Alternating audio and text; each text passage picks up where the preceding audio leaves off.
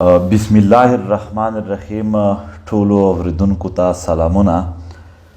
زما پښتنو پوهیږم د پروپاګاندا جواب نه دی ویل پکار او دا هم راته پته ده، یقین لرم چې پښتانه نور په پروپاګاندا باندې او نور په دروغو باندې څوک غلطولی هم نشي.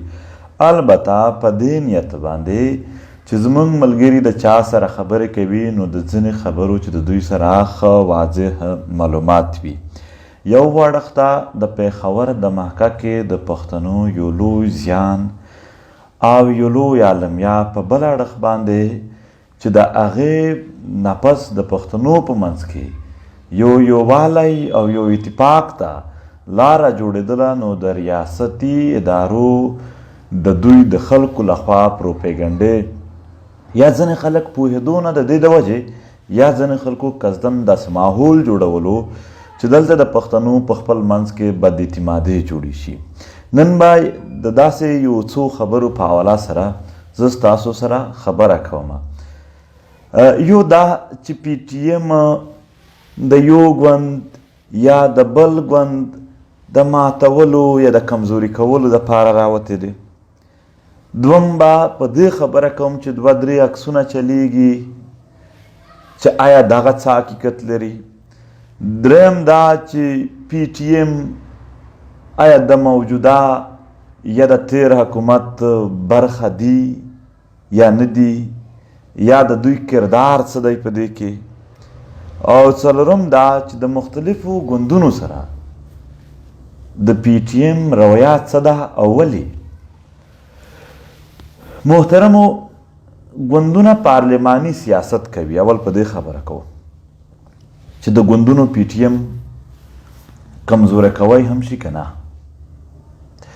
ګوندونه پارلماني سیاست کوي او که څوک هم د هغو کمزوري کول غواړي نو هغه به د ده ووټ بینک ورکموي.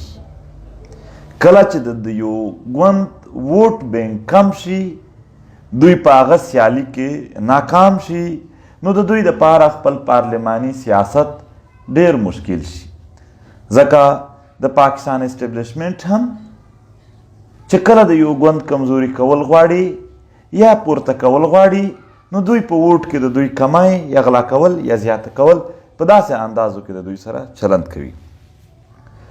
محترمو، پی ټي ایم چې کوم دی دا غیر پارلماني دی. دا ستانه ووټ غواړي نه. موږ په دې انداز چې وطن متباه کیږي، موږ خو غرق ژوند تیر کړو، راتلونکی نسل مو هم د غرق ژوند په طرف را روان دی، د تباهۍ طرف ته دوی هم روان دي.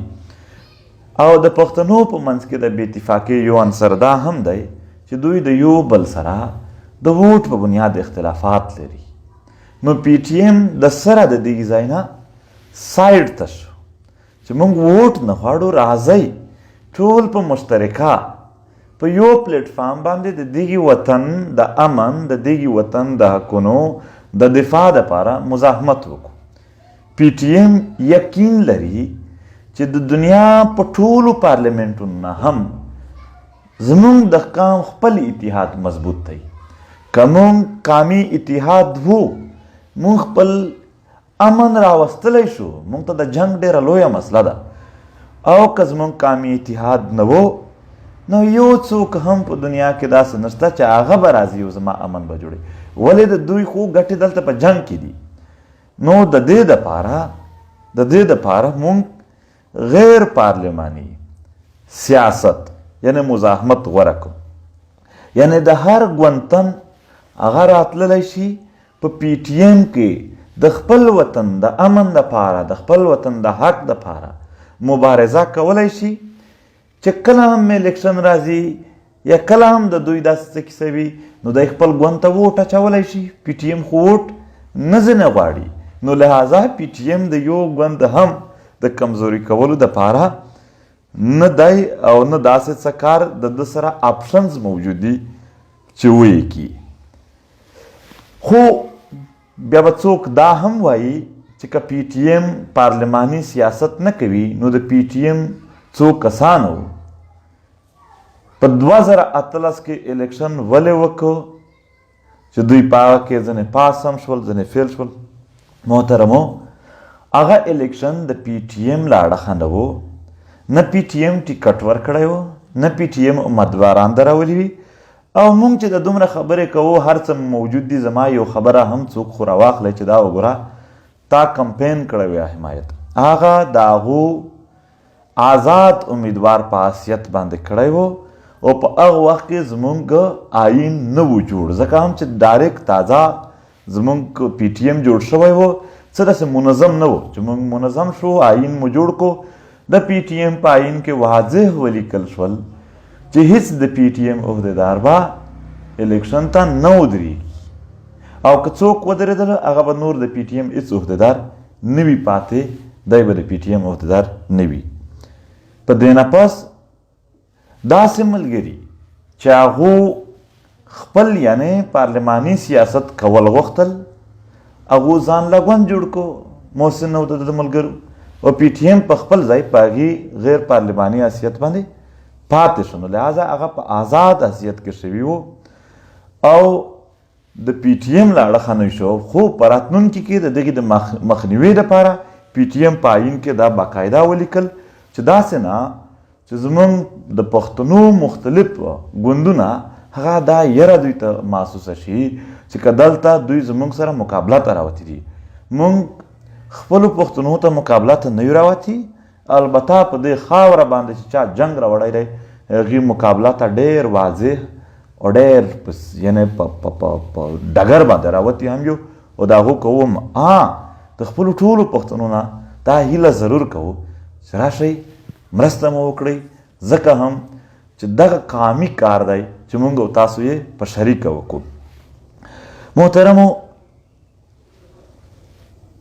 ظاهره خبره ده چې موږ مزاحمت کوو، موږ مسلې راپورته کوو چې دا مسله ده دا مسله ده، نو چې ریاست دا غږ وکړي چې هو زه مذاکرات ته تیار یم، نو بیا که موږ مذاکرات نه کوو نو بیا به ټوله نړۍ وایي چې تاسو خو غواړئ چې تاسو مذاکرات هم نه کوئ.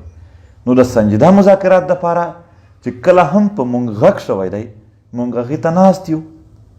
په 2018 کې 2018 فروری کې موږ اول پرلط په اسلام آباد کې شروع کړ، نو د هغې مذاکرات موږ 3 ځایه وکړل، 3 ځایه یعنې جاري مذاکرات وو، دغه ځای دغه ځای دغه ځای. نو دا 2 ځایه چې کوم وو دا موږ د فوجي افیسر سره وشول او د یو ځای د ګورنمنټ سره وشول، وزیر اعظم پکې ناست و. په هغه کې دغه 2 تصویرونه نه دي راغلي، خو د یو تصویر راغلی دی چې اوس ریاست پروپیګنډا ځنې جوړه ده دیږي نه، او بیا ریاست خو پرېږده زموږ خپل پښتانه هم ځنې هغه داسې استعمالوي. صرف ما ویل چې دوی پې واضح وي چې دا د مذاکراتو تصویر دی. مذاکرات په دنیا کې تاریخ وګورئ د ډېرو سختو دشمنو په منځ کې هم وشي، که کامیاب شول خو ټیک ته، که ناکام شول د هر چا خپل کار وي.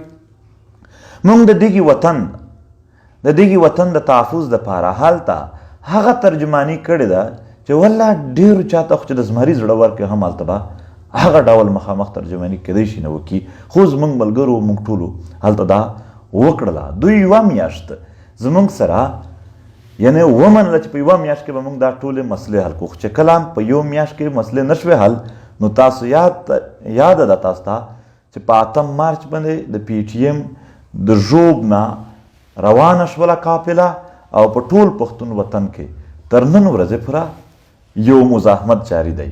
زما محترمو که مونږ کمپرومایز کړی وای خو دوی به څه راکړي وای او مونږ به غلي وای. مونږ ته نه چا څه راکړي دي نه څه شته دی او نه مونږ غلي یو. بله خبره چې آیا پی ټي ایم د تیر حکومت یا د موجوده حکومت برخه دی که نه؟ پی ټي ایم نه د تیر حکومت او نه د موجوده حکومت برخه دی.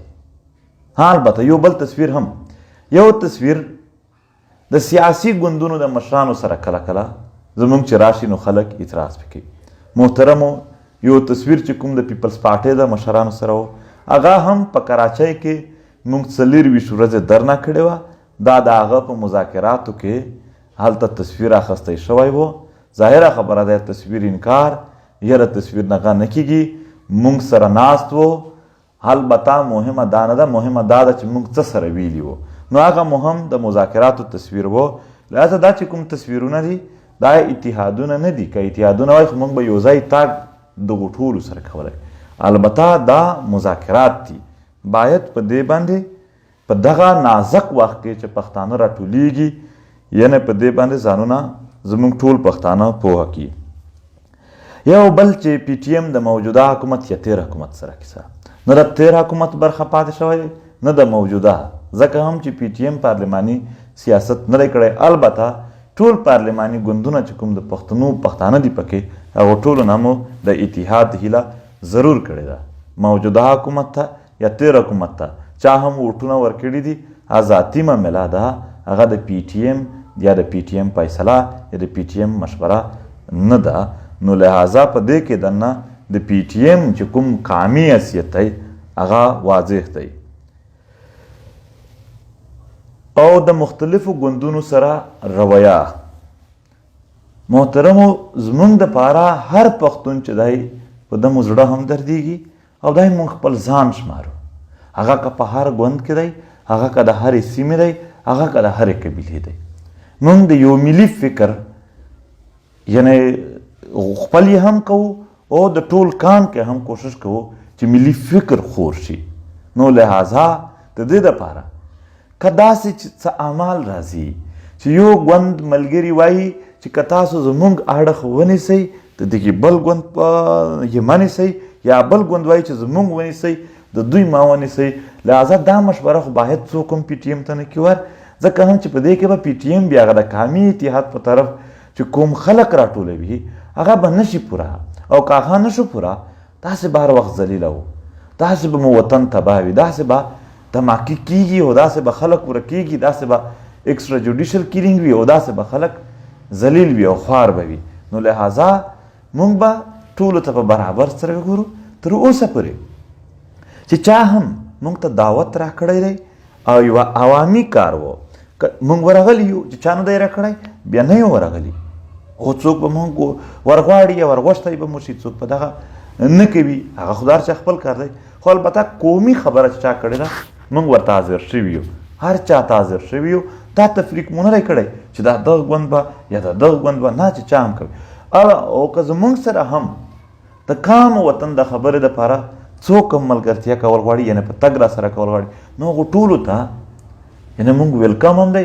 او چې څوک نه دي هغو ته هم دعوت ورکوو چې راځئ په یو ځای باندې د دغې وطن خبره کوو.